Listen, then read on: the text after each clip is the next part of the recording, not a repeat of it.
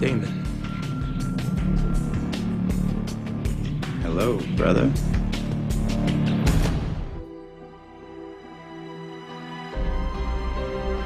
At some point, Stefan decided to stop feeding on blood of humans, obviously, and it caused a major ripple in our relationship because there's a huge imbalance of power when that happens. The one thing you have to understand about Stefan and Damon, there is a deep love. I mean, Stefan hates Damon because he's been a prick, but Damon loves his little brother, and he, you know, he's the only person in the world who understands Damon to a T, and they've been through a lot together. So he loves his little brother, he misses his little brother.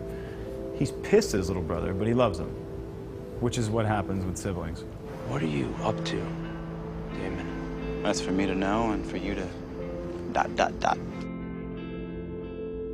Fun sources. You know, it's like, you watch some actors, you watch guys like Jack Nicholson. There's always something going on in that guy's head that you can't figure out what it is, but you know he's mentally up to no good. Is Damon going to be mean forever? I don't think anyone's mean forever. I think that there's varying degrees of meanness. It's also your perspective. But Damon has reasons for everything he does. You're going to start seeing different sides of Damon, for sure. I don't think he's a one-note evil dude. Catherine is dead, and you hate me because you loved her, and you torture me because you still do. There's so much of Ian and Damon that the lines get crossed a little bit sometimes.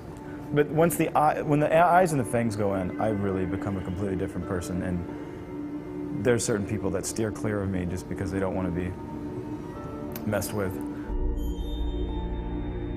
Something tells me he's been perfecting that for many, many years. Seriously, if you have that much time on your hand, you're almost 2 centuries old, and you realize you have these really cool powers, man, you're obviously gonna, you know, it's not practice makes perfect, it's perfect practice. Crow's a bit much, don't you think? Where do you see what I can do with the fog? Well, Stephanie, the mythologies are always pretty similar. One of the differences is we have this lapis stone rings that allow us to walk throughout the day, which is great because it makes us less detectable. You know, people who never come out in the dark, in the light. It's fine. Just come on in. But the funny things like garlic and holy water and all these things, you know, garlic we can eat, holy water we can drink. And I do find it interesting, you know, it's like when you watch Lost Boys, which I grew up watching. Every month I watch that movie, you know, and garlic and holy water really mess those guys up. I can't wait to do a scene where I walk into a restaurant and I order, you know, like the Cuban chicken with extra garlic or something, you know what I mean? There are cool things like that in our scripts that sort of lend itself to understanding that these things don't bother us.